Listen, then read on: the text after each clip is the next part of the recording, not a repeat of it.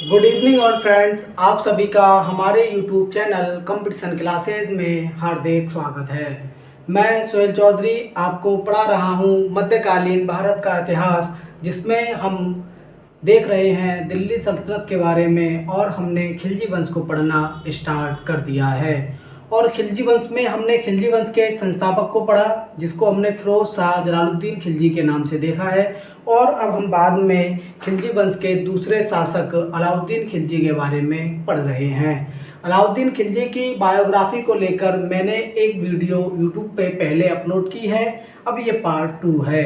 इस वीडियो में हम आपको बताएंगे कि अलाउद्दीन खिलजी ने कहाँ अभियान किए और उनके पीछे क्या रीज़न था। यानी जितने भी अलाउद्दीन खिलजी ने युद्ध किए, उन युद्धों के पीछे क्या रणनीति रही और किस लिए युद्ध किए गए, इन सारी बातों को आज की वीडियो में हम समझने का प्रयास करेंगे।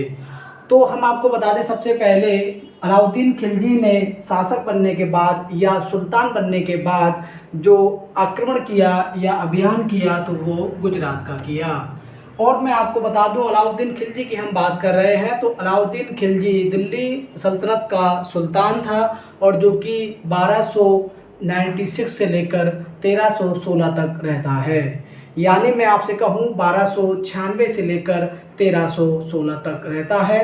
तो सबसे पहला अभियान उसने 1297 में किया, मतलब अपना शासक बनने के 1 साल बाद ही उसने खुद का पहला अभियान किया।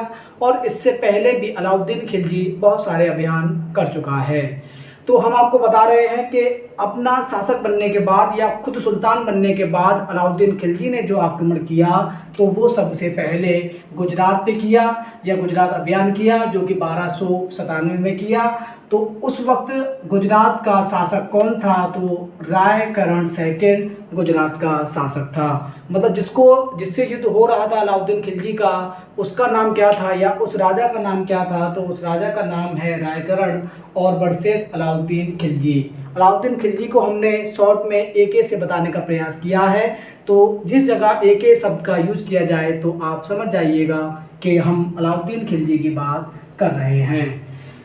हम मध्यकालीन भारत का इतिहास पढ़ रहे हैं और उम्मीद करते हैं कि हमारी बातें आपके समझ में आसान भाषा में आ जाएंगी और आ रही होंगी। तो आइए हम बताते हैं कि इसके पीछे क्या कारण रहा, ये युद्ध क्यों हुआ। तो रायकरण का जो प्रधानमंत्री था, पीएम था, उस पीएम की बीवी के साथ कुछ अफेयर इलीगल देखे गए या कुछ अफेयर्स देखे गए रायकरण के। जब ये बात मालूम हुई रायकरण के पीएम को या प्रधानमंत्री को, तो ये बात उसको गवारा ना हुई, उसको स्वीकार ना हुई। तो फिर उसने इसके बदले में अलाउद्दीन खिलजी को न्योता भेजा और कहा कि भैया दावत पर आइए। न्योता भेजने का मतलब ये है कि युद्ध के लिए उनसे कहा है। जब ये युद्ध के लिए कहा तो अलाउद्दीन खिलजी को तो मौका चाहिए था, और वहाँ उसका प्रधानमंत्री ही उससे बगावत कर रहा है, तो इसका मतलब ये है कि हमें अच्छी खासी सपोर्ट मिलने वाली है। और ऐसा ही हुआ, प्रधानमंत्री ने साथ दिया अलाउद्दीन खिलजी का और रायकरण से युद्ध हुआ। और रायकरण की एक बीवी थी या पत्नी थी जिसका नाम है कमला देवी। कमला देवी, और कमला देवी के बारे में हमने बताया है आपको अपनी पहली वीडियो में कि कमला देवी जो है अलाउद्दीन खिलजी की बीवी है या पत्नी है।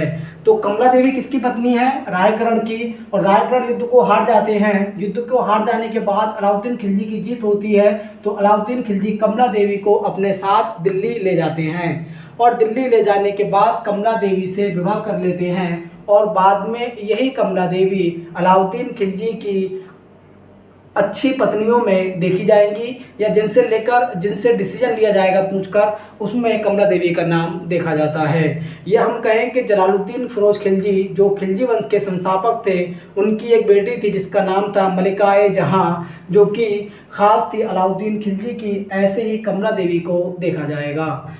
इसके बाद क्या होता है, रायकरण जब युद्ध हार जाते हैं तो रायकरण की एक बेटी होती है, इसका नाम होता है देवल। बाद में इन्हीं को देवल देवी के नाम से इतिहास में जाना गया है। तो अपनी बेटी देवल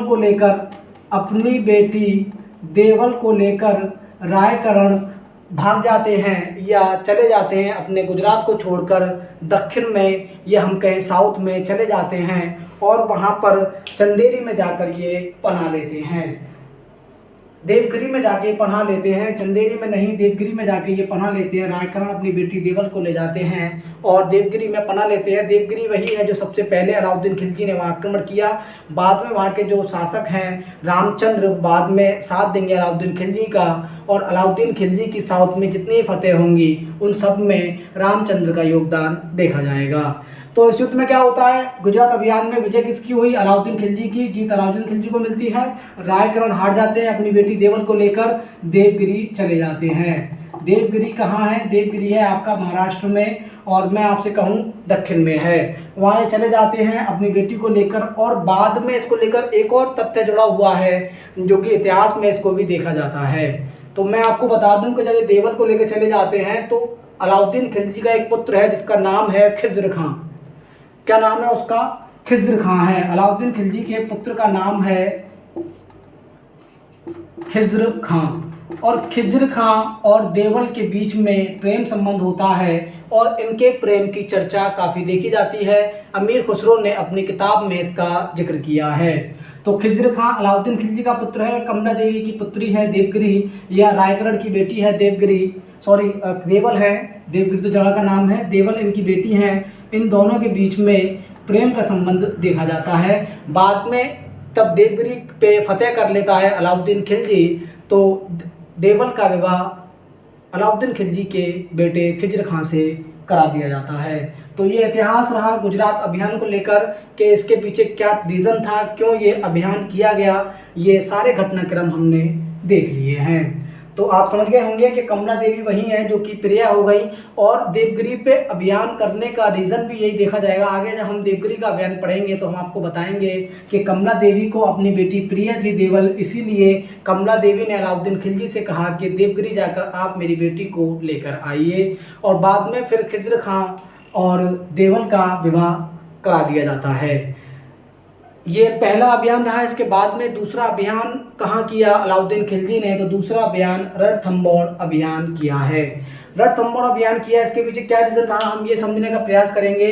तो हम आपको बता दें कि इसके पीछे एक सबसे बड़ा जो है योगदान देखने को मिला, या क्या रीज़न था अलाउद्दीन खिलजी का रणथंभौर पे अभियान करने का। तो हम आपको बता दें पहला अभियान 1297 में हुआ है, उसकी 4 साल बाद या चौथी साल 1301 में रणथंभौर पर अभियान करता है कौन, अलाउद्दीन खिलजी। अलाउद्दीन खिलजी का यह अभियान करने का रीज़न होता है कि मंगोलों का आक्रमण बेहद फेमस था या बेहद डरावना था दिल्ली सल्तनत के राजाओं में। तो मंगोलों ने आक्रमण किया, अलाउद्दीन खिलजी में के टाइम पर किया, इससे पहले किया और इसके बाद में भी किया। तो मंगोलों का कहर पूरी दुनिया में बरस रहा था, या मैं कहूँ जो एरिया मंगोलों के कब्जे में आ जाता था उसको तहस नहस कर दिया जाता था। तो मंगोलों का एक सेनापति हुआ जिसका नाम था मोहम्मद शाह। क्या नाम था उसका, मोहम्मद शाह था, और मोहम्मद शाह को शरण देने का काम किया हम्मीर देव ने। किसको, मोहम्मद शाह को शरण देने का काम किसने किया, तो वो काम किया हम्मीर देव ने, और वो मंगोलों का सेनापति था, या मैं कहूँ कि मंगोलों का, ये चल भी नहीं रहा है अब, मंगोलों का सेनापति था कौन, मोहम्मद शाह, और उसको शरण दी किसने, हम्मीर देव ने। और भैया अलाउद्दीन खिलजी तो मंगोलों से ही परेशान था और उसको शरण देने का काम किया हम्मीर देव ने। मतलब इन्होंने मिलकर प्लानिंग की कि हम अलाउद्दीन खिलजी पर अटैक करेंगे। तो जब ऐसा होना होगा तो आप देखिए ये तो उनके लिए कांटा बन गया। भाई कांटा आ रहा है तो फिर कॉमन सेंस की बात है कि फिर उसको युद्ध करना पड़ा। अलाउद्दीन खिलजी आया, और अलाउद्दीन खिलजी ने बहुत सारे युद्ध भारत पे किए हैं। सिर्फ यही रीज़न नहीं है कि इसको शरण दी इसीलिए किया, वो किसी और भी रीज़न से कर सकता था, क्योंकि अलाउद्दीन खिलजी खुद को जो है दुनिया का या दूसरा सिकंदर मानता था भारत का। उसने जो उपाधि धारण की वो शाही ने सिकंदरी की, या उसने कहा कि मैं भारत का सिकंदर हूँ या दुनिया का दूसरा सिकंदर हूँ, तो मुझे भी ज़्यादा से ज़्यादा युद्ध करने हैं। लेकिन कुछ रीज़न इतिहासकारों ने दिए हैं, उस हिसाब से हम आपको समझाने का प्रयास कर रहे हैं। बाकी क्वेश्चन यहाँ से बनता है कि किस सन में किया, 1301 में किया, कौन राजा था, हमीर देव था, किसके बीच हुआ, अलाउद्दीन खिलजी के बीच हुआ। सेम ऐसे ही ऊपर देखा जाएगा, गुजरात अभियान किस सन में किया गया, 1297 में किया, राजा का नाम रायकरण, किसके बीच हुआ, अलाउद्दीन खिलजी के बीच हुआ, कौन जीता, अलाउद्दीन खिलजी जीता। रीज़न नहीं पूछा जाता है, लेकिन थोड़ा सा मालूम होना हमें चाहिए, जिससे कि हमें पढ़ने में बेहतरी होती है। जब हम कहानी समझने लग जाते हैं किसी भी चीज़ की, तो वो चीज़ हमें आसानी से याद हो जाती है। तो हर चीज़ के पीछे कोई ना कोई कहानी होती है, इसलिए उस कहानी को जब हम समझ लेंगे तो फिर हमें याद करने में आसानी होगी। और इसीलिए हम इन चीज़ों को कहानियों से कनेक्ट करके पढ़ाने का प्रयास कर रहे हैं। इतिहासकारों ने जो मत दिए, उन मत को मद्देनज़र रखते हुए, उस कहानियों को मिलाते हुए हम आपको पढ़ाने का प्रयास कर रहे हैं। तो हमें उम्मीद है कि आपके समझ में आ रहा होगा। और हम आपको बता दें कि राजा हमीर देव थे, अलाउद्दीन खिलजी के बीच युद्ध हुआ। रीज़न था मोहम्मद शाह को पनाह देना, ये मंगोलों का सेनापति था। और बता दूं उसमें कि विजय होता है अलाउद्दीन खिलजी की विजय होती है। और इस बात का जिक्र जो मिलता है, उस किताब का नाम की अगर बात की जाए कि किस किताब में जो है इसके बारे में लिखा हुआ है, तो तारीख़ इलाही में, जो कि अलाउद्दीन खिलजी के द्वारा लिखी गई एक ग्रंथ है, उसमें मिलता है तारीख़ इलाही में। और एक और किताब है अम्बीर महाकाव्य। अम्बीर महाकाव्य में इस पूरी कहानी का जिक्र मिलता है कि इस युद्ध के पीछे क्या रीज़न था। और हम आपको बताते चलें कि अम्बीर महाकाव्य में ये भी जिक्र मिलता है कि राजकुमारियों ने ये खुलने से मारकर ख़राब हो गया है, राजकुमारियों ने जौहर किया। आप जानते ही होंगे जौहर यह घटनाक्रम है कि जब राजा पे आँच आ जाती है या राजा का बच पाना मुमकिन नहीं होता या हारने की दिशा नज़र आती हैं, तो जितनी भी राजकुमारियाँ रानियाँ होती हैं वो एक आग लगाती हैं, अग्नि जलाती हैं एक कुंड बनाकर, और उस अग्नि में कूद जाती हैं, उस आग में कूद जाती हैं। मतलब अपने खुद के जान को खुद के हाथों न्यौछावर कर देती हैं। तो वो मतलब जो है मर जाती हैं अपनी जान को खुद गंवाकर। वो सोचती हैं कि हमारे जब राजा का जो है स्वर्गवास हो गया या मृत्यु हो गई, वो मर गए, तो अब हमारा अंजाम क्या होगा। वो सहन नहीं कर पाती हैं और खुद के जान न्यौछावर कर देती हैं या खुद के प्राण त्याग देती हैं। उसको जौहर कहा जाता है। तो जौहर करने के अवशेष भी अम्बीर महाकाव्य में देखे जाते हैं। तो जौहर कर लिया। और बता दूं कि इसमें एक बाहरी नुकसान देखने को मिला अलाउद्दीन खिलजी को। अलाउद्दीन खिलजी के दो मुख्य सेनापति थे, एक नुसरत खां और एक उलूग खां, जिसमें से नुसरत खां की मृत्यु हो जाती है इसी अभियान में। तो लिखा हुआ है सेनापति नुसरत खां की मृत्यु हो जाती है। ये सेनापति अलाउद्दीन खिलजी का है। और अलाउद्दीन खिलजी को जितने युद्ध जिताने का किसी ने काम किया, तो उसमें एक नुसरत खां और दूसरे का नाम है उलूग खां, जिसमें से नुसरत खां की मृत्यु हो जाती है। और इसका सदमा अलाउद्दीन खिलजी को खूब लगता है, या हम कहें कि दो हाथों में से एक हाथ का कट जाना माना जा सकता है। तो नुसरत खां की मृत्यु हो जाती है। और इस सारे वाक्यों को देखते हुए, इस सारे घटनाक्रम को देखते हुए अलाउद्दीन खिलजी ने अमीर खुसरो ने एक तर्क दिया है, आज कुफ्र का गढ़ इस्लाम का गढ़ हुआ है। ये क्वेश्चन एक दो बार रीट में देखा गया है, तो यहाँ से क्वेश्चन पूछ लिया जाता है। तो क्वेश्चन साफ है आपके सामने कि ये ऐसे लिखा है कथन कि आज कुफ्र का गढ़ इस्लाम का गढ़ हुआ है। और पूछ लेगा कि ये किसने लिखा या किसने इस ग्रंथ को बोला। तो दो तीन ऑप्शन होंगे, जिसमें अमीर खुसरो होगा, अमीर हसन होगा, जिसमें अलबरूनी होगा, फिरदौसी होगा, उतबी होगा। कुछ ऐसे ऑप्शन दिए हुए होंगे जिसमें से आपको टिक करना है। तो ये कथन दिया है अमीर खुसरो ने। अमीर खुसरो ने, एक ही आएगा इस पर भी भैया, वैसे ही लिख लो साफ साफ। आप लिख लेना, मेरा चल नहीं रहा है मार्कर। अमीर खुसरो, बात समझ में आ रही है। अमीर खुसरो ने ये बात कही है कि आज कुफ्र का गढ़ इस्लाम का गढ़ हुआ है। इस अभियान को फतेह करने के बाद, जीतने के बाद ये बात कही गई।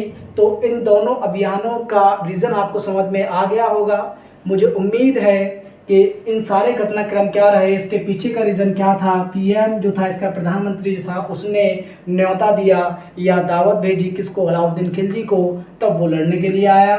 यहाँ रीज़न था कि मंगोलों के सेनापति मोहम्मद शाह को शरण दी, पनाह दी किसने, राजा हम्मीर देव ने, और फिर इसीलिए अलाउद्दीन खिलजी ने युद्ध किया है। इसके बाद आइए हम तीसरे युद्ध की बात करते हैं, जो कि बेहद चर्चित है मध्यकालीन भारत के इतिहास में। और मध्यकालीन भारत के इतिहास में अलाउद्दीन खिलजी भी बहुत चर्चित एक व्यक्ति है, जिसके बारे में खूब पढ़ा जाता है और खूब यहाँ से क्वेश्चन पूछे भी जाते हैं।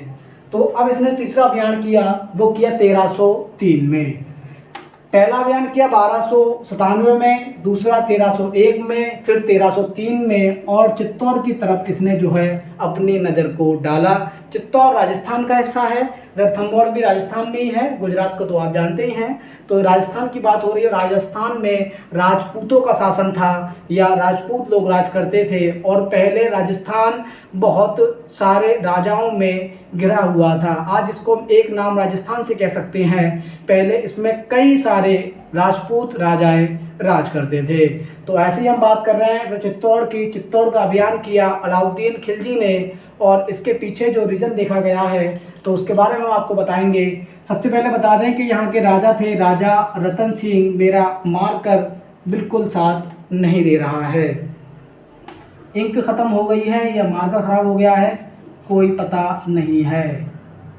तो भैया हम बता दें 1303 में अलाउद्दीन खिलजी ने राणा रतन सिंह के बीच में युद्ध किया या उनके खिलाफ किया। अलाउद्दीन खिलजी रहे वर्सेस में, चित्तौड़ का अभियान किया, और यहाँ के इस अभियान को फतेह करने का रीज़न था कि किले को फतेह करना, किला जीतना और रानी पद्मावती को जीतना। पद्मावती का नाम सुनकर आपको कुछ बातें याद आ रही होंगी। पद्मावती को जीतना या हासिल करना, ये इसका रीज़न था। और मैं आपको बता दूं, पद्मावती को लेकर एक फिल्म भी बनी है संजय लीला भंसाली की, जिसमें रणवीर सिंह और हीरोइन है उसमें, क्या नाम है उसका, दीपिका पादुकोण, और एक और कोई एक्टर है। तो एक फिल्म बनी है पद्मावती, जिसमें बताया गया है। तो पद्मावती जो फिल्म बनी है, ये एक ग्रंथ है, जिस ग्रंथ का नाम है ग्रंथ पद्मावत, जो कि मलिक मोहम्मद जायसी ने लिखा है। अभी हम थोड़ा सा घटनाक्रम बताते हैं। तो पहले हम चलो लिख लेते हैं कि एक ग्रंथ है पद्मावत ग्रंथ है, और इस ग्रंथ को लिखा है किसने, मलिक मोहम्मद जायसी ने। मलिक मोहम्मद जायसी ने लिखा है, आप लिख लेना, आपको दिख नहीं रहा होगा। और ये लिखा गया है, ये कब लिखा गया है, तो 1540 में इस ग्रंथ को लिखा गया है। बात हो रही है 1300 की, मतलब 200 साल के बाद में इस ग्रंथ को लिखा गया है। और मलिक मोहम्मद जायसी एक विद्वान हुए हैं, जिसको हम जब 12th में होते हैं तो इनका हमें पढ़ने को मिलता भी है। तो मलिक मोहम्मद जायसी ने पढ़ा, और ये किसके टाइम पे लिखा गया ये ग्रंथ, पद्मावत ग्रंथ। यहाँ से क्वेश्चन खूब पूछा जाता है कि पद्मावत ग्रंथ किसने लिखा, तो मलिक मोहम्मद जायसी ने लिखा। और किसके टाइम पे लिखा गया, तो ये लिखा गया है, आपको पता होगा, या आप समझ लीजिए 1540 की बात हो रही है। तो मुग़ल एंट्री कर लेंगे इंडिया में, बाबर आएगा, बाबर के बाद हुमायूं होगा, और हुमायूं युद्ध हार जाता है 1240 में किससे, शेर शाह सूरी से। तो ये ग्रंथ शेर शाह सूरी के टाइम पर लिखा गया है। आप इस बात को भी नोट कर लेंगे, मार्कर बिल्कुल साथ नहीं दे रहा है, लेकिन आप नोट कर लेंगे शेर शाह सूरी के टाइम पे इस ग्रंथ को लिखा गया है। तो क्वेश्चन खूब पूछा जाता है कि बताइए पद्मावत ग्रंथ किस सुल्तान के शासक में या किस राजा के शासक में लिखा गया, तो शेर शाह सूरी के में। किसने लिखा, मलिक मोहम्मद जायसी ने लिखा, और 1540 में लिखा गया। और पद्मावत रानी पद्मनी या पद्मावती के ऊपर लिखा गया है। आइए इसके ऊपर घटनाक्रम देखते हैं कि चित्तौड़गढ़ के किले की बात की जाए तो ये भव्य, बहुत बड़ा और बहुत ऊंचाइयों पर बना हुआ एक किला है, जिसको फतेह करना आर्थिक रूप से बेहद अच्छा था, या हम कहें कि उसको फतेह करने का मतलब अधिकांश मालवा के एरिए पर कब्जा करना होता। और जब अलाउद्दीन खिलजी वहाँ युद्ध करने के लिए आया तो वो अंदर नहीं घुस पा रहा था, क्योंकि जो चित्तौड़गढ़ का किला बना हुआ है वो काफ़ी ऊंचाई पर है। तो बहुत ऊंचाई पर, जैसे चीन की दीवार की हम बात करें तो वो काफ़ी ऊंची है, ऐसे ही ये किला भी काफ़ी ऊंचाई पर है। अलाउद्दीन खिलजी वहाँ नहीं जा पा रहे थे, परेशानी आ रही थी, तो अपने सेनापति को संधि करने के लिए भेजा। और सेनापति जब अंदर संधि के लिए गया तो सेनापति की नज़र राजा रतन सिंह या राणा रतन सिंह की वाइफ पद्मिनी पर उनकी नज़र गई। इतिहासकारों का मत है कि उन्होंने अपनी आंखों से देखा, या कुछ इतिहासकार कहते हैं कि रानी पद्मिनी का निकलना होगा तो उनका चेहरा पानी में नज़र आया होगा, जिसको जैसे ही अलाउद्दीन खिलजी के सेनापति ने देखा तो वो बाहर आया और उसने कहा कि हुजूर कि वहाँ पर एक राजकुमारी को मैंने देखा है जो कि इतनी खूबसूरत हैं, उनको एक बार देखने के बाद मेरी नज़र ओझल नहीं हुई वहाँ से, या कहा कि मेरी नज़र एक सेकंड के लिए भी वहाँ से नहीं हटी। वो इतनी खूबसूरत हैं कि उनकी खूबसूरती को अल्फाजों में बयां कर पाना मेरे लिए बेहद मुश्किल है। जब ऐसी बातें सेनापति ने अलाउद्दीन खिलजी को बताई तो अलाउद्दीन खिलजी के मन में भी उसको देखने का उत्साह हुआ, और अलाउद्दीन खिलजी ने यही शर्त रखी राणा रतन सिंह से। अलग अलग इतिहासकारों का अलग अलग मत है कहानी को याद करने के लिए, और कहानी जो ज़्यादा चर्चित मानी जाती है उस हिसाब से हम आपको ये कहानी बता रहे हैं। हम इतिहास को इतिहास के तरीके से पढ़ाने की कोशिश कर रहे हैं। हमारा इतिहास को पढ़ाने को लेकर किसी भी धर्म को लेकर कोई तर्क नहीं है। हम सिर्फ इतिहास पढ़ा रहे हैं, जो इतिहासकारों के मत है उसको लेकर हम आपसे बात कर रहे हैं। तो मैं आपको बता रहा था कि अलाउद्दीन खिलजी के दिमाग में यही बात आई, तो अलाउद्दीन खिलजी ने उनसे उनसे संधि करने से पहले ये ख्याल अपने दिमाग में लेकर आए कि भैया हम कर लेंगे संधि आपसे, लेकिन एक बार हम रानी पद्मिनी को देखना चाहते हैं। तो इतिहासकारों ने इसमें भी कहा है कि डायरेक्टली दिखाया, कुछ इतिहासकार कहते हैं डायरेक्ट नहीं दिखाया, कुएं टाइप में था, कुएं में पानी भरा होता है। रानी पद्मिनी ऊपर अपने झरोखे दर्शन से उन्होंने झरोका दिया या देखा नीचे की तरफ, तो उनका चेहरा जो है उस पानी में नज़र आया। तो उसको देखने के बाद अलाउद्दीन खिलजी अपने होश खो बैठा। और मैं आपको बता रहा था कि जो सेनापति आया था वो तो इतिहासकारों ने लिखा है कि वो बेहोश भी हो गया। वो इतनी खूबसूरत थी रानी पद्मिनी, उनकी एक नज़र जैसे ही उन पर गई तो वो सेनापति बेहोश हो गया वहीं। ये भी देखने को मिलता है। तो ये सारी कहानी पद्मावती ग्रंथ में मिलती है, पद्मावत ग्रंथ है उसमें सारी कहानी है ये। तो फिर क्या होता है कि जब अलाउद्दीन खिलजी की नज़र रानी पद्मिनी पे पड़ी तो वो अपने होश को बैठा और उसको पाने की इच्छा उसके मन में और ज़्यादा जाग उठी। उसने कहा कि अब चाहे कुछ भी हो जाए मुझे रानी पद्मिनी चाहिए। जब ये सारी बात हुई तो फिर हम आपको बता दें कि जैसे राणा रतन सिंह उनको छोड़ने के लिए बाहर गेट तक आए तो अलाउद्दीन खिलजी ने उनको पकड़ लिया और बंदी बनाकर जो है अपने साथ में ले गए। जब ये सारी बात हुई तो उन्होंने डिमांड की कि हमें रानी पद्मिनी चाहिए। रानी पद्मिनी ने अपने दिमाग का यूज़ करते हुए कहा कि रानी पद्मिनी अकेली नहीं आएगी, मेरे साथ मेरी दासियाँ आएंगी जो कि तकरीबन 700 होंगी। तो 700 दासियाँ आएंगी तो उनको लेकर जो है डोलियों में आएंगी, तो 2 लोग उसको उठाने वाले भी होंगे, तो 700 का डबल कर दिया जाए तो 1400 हो गया। और वो 700 जो दासियों की बात हो रही थी वो दासी नहीं थी, उसमें राजपूत सैनिकों को रखा गया था अंदर। और जैसे ही रानी पद्मावती को लेकर गए तो जैसे ही उसको खोला गया, मैं कहूँ आपसे कि डोली को खोला गया, तो वहाँ से सैनिक निकले और दिल्ली सेना में और चित्तौड़गढ़ की सेना में घमासान युद्ध हुआ। और युद्ध के बाद गोरा बहादुर का जिक्र मिलता है। वो युद्ध काफ़ी धूमधाम से लड़े चित्तौड़गढ़ की तरफ से। हाल आखिर में जाके उनकी मृत्यु हो जाती है, उनकी मौत हो जाती है।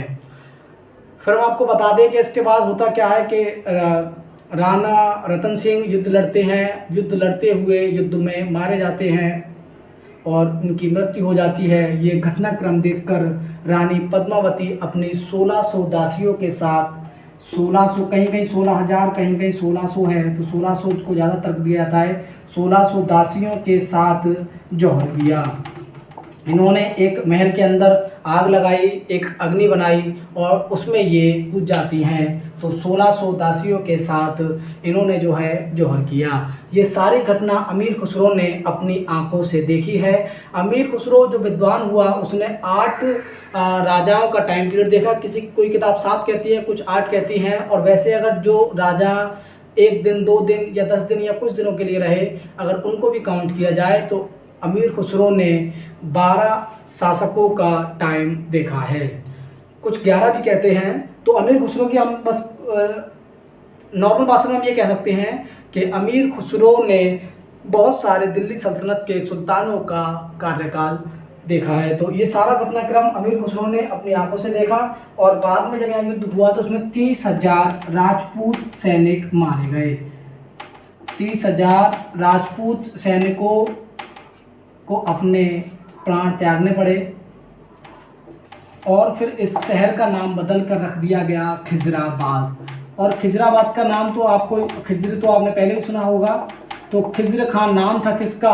अलाउद्दीन खिलजी के पुत्र का। उसी के नाम पर इसका नाम रख दिया गया खिजराबाद। और चित्तौड़गढ़ को वो अपने बेटे खिजर खान को सौंप के चला गया अलाउद्दीन खिलजी और कहा कि तुम यहाँ शासन करो। राजपूतों की मृत्यु हो गई, महल को लूटा गया, रानियों ने जौहर कर लिया। शेर शाह सूरी की किताब है, एक ग्रंथ है जिसका नाम है पद्मावती, जो कि मलिक मोहम्मद जायसी की किताब है पद्मावती, जो कि ग्रंथ पद्मावत के नाम से भी जाना जाता है। 1540 में लिखी गई। और किसके टाइम पीरियड में लिखी गई, सुल्तान कौन था या देश का राजा कौन था? तो शेर शाह सूरी था। ये सारे घटनाक्रम देखे जाते हैं। तो मुझे उम्मीद है कि ये 3 मैंने आपको जो है अभियानों के बारे में पढ़ाया है। टाइम ठीक ठाक हो गया है, तो आगे के जो और अभियान होंगे उनको हम अगली वीडियो में देख लेंगे या अलाउद्दीन खिलजी के नेक्स्ट पार्ट में उसको देख लेंगे। तो मुझे उम्मीद है कि यहाँ तक चीज़ें आपकी समझ में आ गई होंगी। हमने 3 युद्धों के बारे में बात की है और तीनों की हमने कहानी को समझाया, उनके पीछे जो तर्क रहा उस तर्क को बताने का प्रयास किया है। तो उम्मीद है कि आपके समझ में ये आ गया होगा।